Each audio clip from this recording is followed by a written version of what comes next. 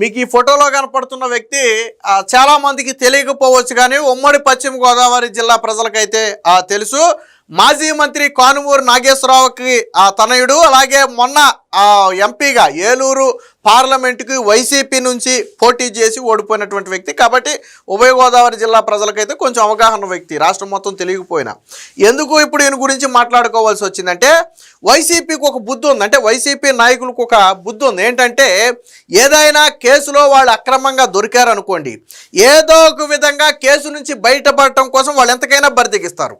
ఇప్పుడు కానుమూరి సునీల్, పేరు కానుమూరి సునీల్, ఈయన మీద ఉన్నటువంటి ఎలిగేషన్స్ ఏంటంటే, మొన్న మద్యం స్కామ్ జరిగింది కదా, ఆ మద్యం స్కామ్లో ఈయన పాత్ర కూడా ఉంది. ఈయన పాత్ర, ఈయన తండ్రి పాత్ర, కీర్తి బహుశా వీళ్ళ భార్య ఆవిడ పాత్ర, ముగ్గురి పాత్ర ఉందని చెప్పి సిట్ అధికారులు కేసు నమోదు చేశారు. అక్కడ వరకు బాగానే ఉంది. ఎందులో వీళ్ళ పాత్ర ఉందంటే, దీనికి సంబంధించి ట్రాన్స్పోర్ట్కి సంబంధించి వీళ్ళు సబ్ కాంట్రాక్ట్ తీసుకుని కొన్ని జిల్లాలని వీళ్ళు మేనేజ్ చేసుకుంటూ వచ్చారు. దానికోసం అదనంగా డబ్బులు వసూలు చేశారు. వాస్తవానికి ఒక్కొక్క ప్యాక్కి 13 రూపాయలు ఎంతలో గతం చెల్లించేదైతే దాన్ని 34-35 రూపాయలకు పెంచుకుని అధికంగా దోచుకునే ప్రయత్నం చేశారు. 400 కోట్ల రూపాయల స్కామ్ జరిగితే అది 3-4 పంచుకుంటే అందులో వీళ్ళు కూడా ఒకడు. సో ఉత్తరాంధ్రకి సంబంధించి బహుశా వీళ్ళకి ఇచ్చినట్టున్నారు ఆ సబ్ కాంట్రాక్టు. అక్కడ వరకు బాగానే ఉంది. అయితే దీని మీద గత నెల 10న సిట్టు కేసు నమోదు చేసింది. ఈ రవాణాలో కూడా భారీ స్కామ్ జరిగింది, 400 కోట్ల రూపాయల స్కామ్ జరిగిందని చెప్పి సిట్టు కేసు నమోదు చేసి విచారణ ప్రారంభించింది. ఈ విచారణ సందర్భంగా వీళ్ళ కంపెనీలు, ఎవరైతే గతంలో వీళ్ళు ట్రాన్స్పోర్ట్ నిర్వహించిన కంపెనీలు ఉన్నాయో ఆ కంపెనీలను విచారించడానికి వెళ్ళినప్పుడు వీళ్ళకు ఒక భయం పట్టుకుంది. ఏంటంటే అందులో ఉన్నటువంటి అవకతవకలు కనుక బయటకు వస్తే ఇది మన మెడకు బలంగా చుట్టుకుంటుంది. కాబట్టి ఈ కేసులో మనం బయటపడాలి అంటే సిట్ అధికారులను మేనేజ్ చేయాలి. అందుకని ఏం చేశారో తెలుసా, ఏకంగా సిట్ అధికారులకు 25 లక్షలు లంచం ఇచ్చే ప్రయత్నం చేశారు. ఎస్, మీరు విన్నది కరెక్టే. ఎవరైతే సిట్టు విచారణ చేస్తున్నటువంటి అధికారులు ఉన్నారో వాళ్ళను మేనేజ్ చేయటం కోసం 25 లక్షల రూపాయల లంచం ఒక మధ్యవర్తికి ఇచ్చి మాట్లాడమని చెప్తే వాడేం చేశాడంటే, సిట్ అధికారులతో మాట్లాడటానికి భయపడ్డాడో ఏమో తెలియదు కానీ ఆ డబ్బులు వాడే నొక్కేసి 25 లక్షలు నేను సిట్ అధికారులకి ఇచ్చి మేనేజ్ చేశాను, మాట్లాడానని చెప్పాడు. తర్వాత వేరే విచారణ సందర్భంగా ఇది బయటకు వచ్చింది కుట్రకోణం. వెంటనే సిట్ అధికారులు ఏం చేశారంటే వీళ్ళకి లంచం చూపారని చెప్పి సునీల్తో పాటు ఆ మధ్య వ్యక్తి, ఈ ఇద్దరి మీద కూడా పోలీస్ స్టేషన్లో కంప్లైంట్ ఇచ్చి కేసు కూడా నమోదు చేశారు. ఇప్పుడు ఏంటంటే లంచం ఆశ చూపి అధికారులను బెదిరించిన కేసు కూడా వీళ్ళ మీద నమోదైంది. అంటే నేను ఇక్కడ చిన్నది చెప్తున్నా, మిగతా అన్ని పక్కన పెట్టి గుమ్మడికాయ దొంగ ఎవరంటే ఉలిక్కి పడినట్టుగా మద్యం స్కామ్ జరిగిందా లేదా అని విచారణ చేస్తున్నప్పుడు నువ్వు భయపడి లంచం ఇవ్వాలి అనుకున్నావంటే అర్థం ఏంటి? అందులో నువ్వు స్కామ్లో నువ్వు ఉన్నావనే కదా. మంత్రి కానుమూరు నాగేశ్వరరావుతో పాటు ఆయన తనయుడు కూడా ఆ లిక్కర్ స్కామ్లో ఇన్వాల్వ్ అయ్యారనే కదా అర్థం. నిజంగా నేను తప్పు చేయకపోతే నేను భయపడను, లీగల్గా ముందుకెళ్తాను తప్ప లంచం ఇవ్వను.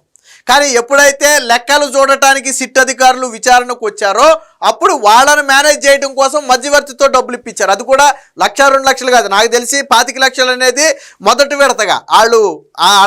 వీళ్ళ జోలికి రాకుండా వీళ్ళ పేర్లు కన్నా సిట్లో పెట్టకుండా ఉంటే ఇంకా అదనంగా ఏమైనా ఇస్తామని చెప్పమని చెప్పుంటారు. బట్ ట్విస్ట్ ఏంటంటే ఆ మధ్యవర్తి డైరెక్ట్గా ఆ సిట్ అధికారులను అడగలేకపోయాడు. వెళ్ళి మేము లంచం ఇస్తాం, మీరు మా జోలికి రావద్దు, ఎంతో కొంత తీసుకుని మమ్మల్ని వదిలేయండి అని చెప్పలేక ఆ డబ్బులు వాడే తినేసి వీళ్ళతో మాత్రం నేను సిట్ అధికారులను మేనేజ్ చేసేసానని చెప్తే వీళ్ళు గుడ్డిగా నమ్మేశారు. సిట్ అధికారులు నిజంగానే మేనేజ్ చేసి ఉంటాడు, డబ్బులు తీసుకున్నారు కదా, ఇక మన జోలికి రారులే అని వీడు ఫీల్ అయ్యాడు. బట్ వేరే విచారణ సందర్భంగా అసలు ఈ తతంగం మొత్తం కూడా బయటకు వచ్చింది. అంటే వీళ్ళు పూర్తిగా అవినీతి పరులు, లిక్కర్ స్కామ్లో వీళ్ళ పాత్ర ఉంది అనేది చెప్పడానికి ఉదాహరణ. సాధారణంగా అయితే మనం తేలే వరకు వీళ్ళు స్కామ్ చేశారని చెప్పలేం, ఆరోపణలు మాత్రమే ఉన్నాయని చెప్పొచ్చు. కానీ ఇప్పుడు వీళ్ళు లంచం వచ్చి ఏకంగా సిట్ అధికారులనే మేనేజ్ చేసే ప్రయత్నం చేశారంటే ఏ స్థాయికి దిగజారారో చూడండి ఒకసారి. అంటే ఎందుకు వైసీపీ నాయకులు కేసుల నుంచి తప్పించుకునే ప్రయత్నం చేస్తున్నారు, ఎందుకు వీళ్ళ కేసులు డిలే అవుతున్నాయి అంటే వీళ్ళు అధికారులను ప్రలోభ పెట్టే ప్రయత్నాల్లో ఉన్నారు. ఈ ఒక్కటే కాదు, ప్రతి కేసు విషయంలో కూడా అధికారులను ప్రలోభ పెట్టి వాళ్ళ పేర్లు బయటకు రాకుండానో లేదా కేసు వేగంగా ముందుకెళ్లకుండానో అడ్డుకునే ప్రయత్నం చేస్తున్నారు. బట్ ఇక్కడ సిట్ అధికారుల దగ్గర వీళ్ళ పప్పు ఉడకల, బండారం బయటపడటంతో వాళ్ళు వెంటనే వదిలిపెట్టల. లంచం చూపారని చెప్పి తీసుకెళ్లి వెంటనే కేసు కూడా పెట్టారు. ఆల్రెడీ ఇప్పుడు అది సెకండ్ కేసు అనమాట. లిక్కర్ కేసుకి అదనంగా లంచం ఇవ్వజూపారనేది అదనపు కేసు. అంటే వైసీపీ ఎంత నీచాతి నీచులో, ఏ స్థాయిలో తప్పులు చేసి వాళ్ళ దగ్గర డబ్బు ఉంది కాబట్టి తప్పించుకు తిరుగుతున్నారో దీన్ని బట్టి అర్థం చేసుకోవచ్చు. దీనికి సంబంధించిన వార్త కూడా వచ్చింది, ఒకసారి చూద్దాం. సిట్టికే లంచం ఇచ్చే కుట్ర, వైకాపా నేత కారుమూరి నాగేశ్వరరావు ఆయన కుమారుడు సునీల్ పన్నాగం అని చెప్పి వైకాపా హయాంలో ఏపీఎస్బిసిఎల్ డిపోల నుంచి ప్రభుత్వ దుకాణాలకు మద్యం రవాణా చేసే కాంట్రాక్ట్లో 200 కోట్ల నుంచి 400 కోట్ల వరకు దోచుకున్నారు. ఈ వ్యవహారంపై తాజాగా నమోదైన కేసులో తమ పేర్లు తప్పించాలంటూ ఏకంగా సిట్టికే లంచం ఇవ్వబోయిన వైనమిది. వైకాపా నేత మాజీ మంత్రి కారుమూరి నాగేశ్వరరావు ఆయన తనయుడు గత సార్వత్రిక ఎన్నికల్లో వైకాపా ఏలూరు లోక్సభ నియోజకవర్గ అభ్యర్థిగా పోటీ చేసిన కానుమూరి సునీల్ కుమార్ సిట్ అధికారులకు లంచం ఇచ్చి ప్రలోభ పెట్టేందుకు చేసిన కుట్ర బట్టబయలైంది. సిట్ అధికారులను మేనేజ్ చేయాలంటూ వారిద్దరూ కాకు మునికుమార్ అనే ఒక వ్యక్తికి 25 లక్షలు ఇచ్చినట్టుగా వెల్లడైంది. కేసు విచారణ సందర్భంగా ఈ కుట్రంతా వెలుగు చూసింది. దర్యాప్తు అధికారి సిట్ సభ్యుడైనటువంటి ఆర్ శ్రీహరిబాబు ఫిర్యాదుతో కానుమూరి సునీల్ కుమార్ మీద, అలాగే ఎవరైతే మధ్యవర్తి కాకు మునికుమారులు ఉన్నారో వాళ్ళిద్దరి మీద కూడా విజయవాడలోని సూర్యాపేట పోలీస్ స్టేషన్లో తాజాగా కేసు కూడా నమోదు చేశారు. ఎందుకంటే మమ్మల్ని కేసు విచారిస్తున్నటువంటి మాకు లంచం ఇచ్చి ఆ లంచం ఆశ చూపి కేసు నుంచి తప్పించాలన్నందుకు గాను లంచం ఇవ్వాలనటం చాలా తీవ్రమైన నేరం. నేను లంచం ఇస్తాను అనటం అనేది చాలా తీవ్రమైన నేరం. అందులోనూ కేసుల్ని మాయ చేయడం కోసం ఇలా ప్రలోభ పెట్టడం అనేది ఇంకా తీవ్రమైన నేరం. సో వెంటనే ఆయన ఏం చేశాడంటే పోలీస్ స్టేషన్లో కేసు పెట్టారు. దీంతో మోసం నేరపూరిత కుట్రలకు పాల్పడ్డారనే అభియోగం కింద వారిద్దరి మీద కూడా కేసులు అయితే కట్టారు. సో అసలు ఇది ఎలా బయటకు వచ్చిందో చూడండి ఒకసారి. మద్యం రవాణా కాంట్రాక్టు టెండర్లలో అక్రమ వ్యవహారాలపై గత నెల ఏపీసీఐడి కేసు నమోదు చేసింది. కానుమూరి నాగేశ్వరరావు ఆయన తనయుడు కానుమూరి సునీల్ కుమారు, కోడలు కీర్తి అంటే బహుశా సునీల్ భార్య అయి ఉంటుంది ఈ కేసులో నిందితులు. ఈ కేసు దర్యాప్తులో భాగంగా సిట్టు ఈ నెల 24న సుదర్శన్ కన్స్ట్రక్షన్ సంస్థ వ్యవహారాలు చూసే వల్లు సందీప్ అనే వ్యక్తిని విచారణకు పిలిచింది. అంటే ఈ కేసు విచారణ సందర్భంగా ఒక వ్యక్తిని విచారణకు పిలిచింది. ఆ వ్యక్తి పేరు సందీప్. సో సిగ్మా కంపెనీ నుంచి మద్యం రవాణా కాంట్రాక్టు పొందడం కోసం కారుమూరి నాగేశ్వరరావు ఆయన కుమారుడు సునీల్ కుమారు ఆయన కోడలు కీర్తికి 9 కోట్లు కమిషన్ ఇచ్చా. మద్యం రవాణా కుంభకోణంలో వారు చేసిన అక్రమాల గురించి బయట పెట్టొద్దని నన్ను బెదిరించారు. ఈ కేసులో వారిని నిందితులుగా చేర్చే అవకాశం ఉందని ముందే భావించి దాని నుంచి తప్పించుకోవటానికి కాకు మునికుమార్ అనే ఒక వ్యక్తి ద్వారా సిట్ అధికారులకు లంచం ఇచ్చే పన్నాంగం కూడా పన్నారని చెప్పి సందీప్ చెప్పాడు. సందీప్ ఏమన్నాడంటే, నేను గతంలో వారి నుంచి సబ్ కాంట్రాక్ట్ తీసుకోవడానికి 9 కోట్లు లంచం ఇచ్చిన మాట వాస్తవం. ఒకటి. రెండోది, ఇప్పుడు నేను ఏ విషయం బయట పెట్టినా నన్ను విచారణకు పిలుస్తారని వాళ్ళకి తెలుసు. నన్ను ఏమి అడిగినా బయట పెట్టొద్దని నన్ను బెదిరించారు. 2. మూడోది, వాళ్ళ పేర్లు బయటకు రాకుండా ఉండటం కోసం సిట్ అధికారులకు లంచం ఇవ్వటం కోసం మధ్యలో ఒక వ్యక్తిని మునికుమార్ అనే ఒక వ్యక్తి ద్వారా డీల్ సెటిల్ చేశారు. 25 లక్షల రూపాయలు సిట్ అధికారులకు లంచం ఇచ్చే ప్రయత్నం కూడా చేశారని చెప్పి స్వయంగా ఈ సందీప్ అనే వ్యక్తి విచారణలో మొత్తం కక్కేశాడు. వాస్తవానికి ఇతన్ని విచారణకు పిలిచింది గతంలో జరిగినటువంటి అవకతవకల గురించి ప్రశ్నించడానికి. కానీ భయపడి ఏం చేశాడంటే మొత్తం వీళ్ళకి 9 కోట్లు కూడా ఇచ్చాడంట. గతంలో ఇక్కడ చెప్పాడు చూడండి, రవాణా కాంట్రాక్టు సిగ్మా కంపెనీ నుంచి సిగ్మా అనేది ఎంటైర్ స్టేట్ మొత్తానికి ఒక లాజిస్టిక్ హబ్గా ఉన్నటువంటి సంస్థ. సో దాని నుంచి సబ్ కాంట్రాక్ట్లు వచ్చినాయి. సో దాని నుంచి కాంట్రాక్టు పొందడం కోసం 9 కోట్లు లంచం ఇచ్చాడు. వీళ్ళు అధికారంలో ఉన్న సమయంలో తీసుకున్న లంచం అక్షరాల 9 కోట్లు. కానుమూరి కుటుంబం తీసుకున్నటువంటి లంచం. సో లంచం ఇవ్వాలని 25 లక్షలు అందజేశారు. గత నెల 25న సిట్ అధికారులు కాకు మునికుమార్ను విచారణకు పిలిచి ప్రశ్నించగా అతను మొత్తం గుట్టంతా బయట పెట్టాడు. మద్యం రవాణా కేసులో మా పేర్లు చేర్చకుండా సిట్ అధికారులను మేనేజ్ చేయాలి అంటూ కానుమూరు నాగేశ్వరరావు అలాగే సునీల్ నన్ను కోరారు. సిట్ అధికారులకు లంచం ఇవ్వాలి అంటూ 25 లక్షలు నాకు అందజేశారు.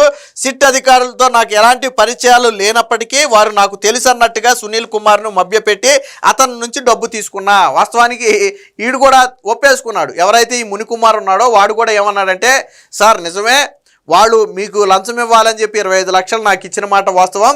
నేను కూడా వాళ్ళకి ఏం చెప్పానంటే సిట్ అధికారులతో నాకు పరిచయాలు ఉన్నాయి, అందులో ఇన్వెస్టిగేట్ చేసే అధికారులతో నాకు పరిచయాలు ఉన్నాయని చెప్తే వాళ్ళు నమ్మి నాకు మేనేజ్ చేయమని లంచం ఇచ్చారని చెప్పి అతను బహిరంగంగానే ఒప్పుకున్నారు. ఆ డబ్బు సిట్ అధికారులకు ముట్ట చెప్పానంటూ వారికి అబద్ధం చెప్పా అని వెల్లడించారు. అతని నుంచి వాంగ్మూలం తీసుకున్న అధికారులు అవన్నీ వాస్తవాలేనని ధృవీకరించుకుని పోలీసులకు ఫిర్యాదు చేశారు. కానుమూరు నాగేశ్వరరావు, సునీల్ కుమార్ ఈ కేసులో పలువురు సాక్షుల్ని బెదిరించినట్లకు కూడా దర్యాప్తులో గుర్తించారు. సో దీంతో ఎప్పుడైతే ఈ మధ్యవర్తి మునికుమార్ వాళ్ళు నాకు డబ్బులు ఇచ్చిన మాట వాస్తవం, ఆ డబ్బులు నేను తీసేసుకున్న మాట వాస్తవం, కానీ సిట్ అధికారులకు ఇవ్వాలా, నేనే తీసేసుకుని సిట్ అధికారులకు ఇచ్చానని వాళ్ళకి చెప్పా. వాళ్ళు కూడా నమ్మారు. కానీ ఇచ్చిన మాట వాస్తవం, 25 లక్షలు ఇచ్చిన మాట వాస్తవం, మీకు ఇమ్మని చెప్పి ఇచ్చిన మాట కూడా వాస్తవం అని ఎప్పుడైతే మధ్యవర్తి ఒప్పుకున్నాడో దానికి అతని నుంచి వాంగ్మూలం తీసుకున్నారు. సో రిటర్న్గా తీసుకున్నారు, రికార్డుగా తీసుకుని ఆ మొత్తాన్ని కూడా కోర్టులో సబ్మిట్ చేసే ముందు అతని మీద ఏం చేశారంటే ఇవ్వజూపినటువంటి సునీల్ కుమారు, నాగేశ్వరరావు మీద, అలాగే డబ్బులు తీసుకున్నటువంటి మునికుమార్ మీద, సో వీళ్ళందరి మీద కూడా పోలీస్ స్టేషన్లో అయితే ఫిర్యాదు చేయడం జరిగింది.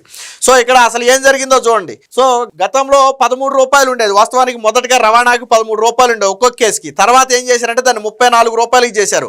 సో కాగితాలపై సిగ్మా లాజిస్టిక్, ప్రసాద్ ట్రాన్స్పోర్ట్ అని ఉన్నప్పటికీ కూడా తెర వెనకాల నడిపించింది మాత్రం రాజు కసిరెడ్డి, వాసుదేవరెడ్డి, కిరణ్ కుమార్ రెడ్డిలే. సో కిరణ్ కుమార్ రెడ్డి అంటే మొన్న దొరికినోడు.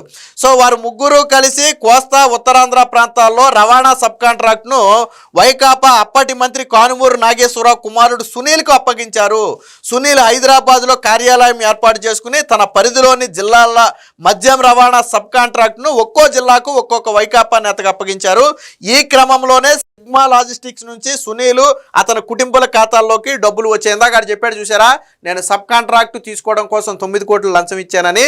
సో ఈయనకి ఇచ్చినటువంటి కాంట్రాక్ట్ని ఏం చేశాడంటే కోస్తా, ఉత్తరాంధ్ర ప్రాంతాల కాంట్రాక్ట్ కోసం వాళ్ళకి లంచం ఇచ్చాడు. సో అంటే గతంలో కాంట్రాక్టుల పేరుతో లంచం తీసుకున్నారు, అది పక్కన పెడితే ఇప్పుడు విచారిస్తున్నటువంటి సిట్ అధికారులనే ప్రలోభ పెట్టే ప్రయత్నం చేశారు. అంటే వీళ్ళు ఏ స్థాయికి దిగజారారు. దీన్ని బట్టి ఒకటి స్పష్టం, ఇప్పటి వరకు కేసు తేలితేనే కానీ వాళ్ళు దోష నిర్దోషం మనం చెప్పలేం.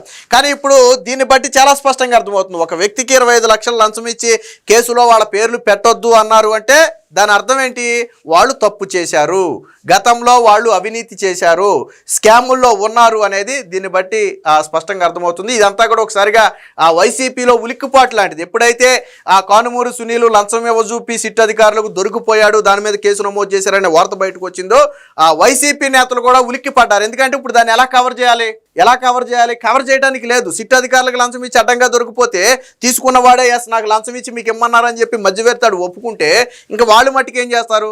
సో వైసీపీ నేతల గొంతులో పచ్చి వెలక్కాయ పడినట్టు అయింది. ఏదేమైనా మొత్తంగా మాజీ మంత్రి కానుమూరు నాగేశ్వరరావు కావచ్చు, తనయుడు కావచ్చు, మెడకు కావచ్చు, ఇది బలమైన ఉచ్చుగా మారిందైతే చెప్పొచ్చు.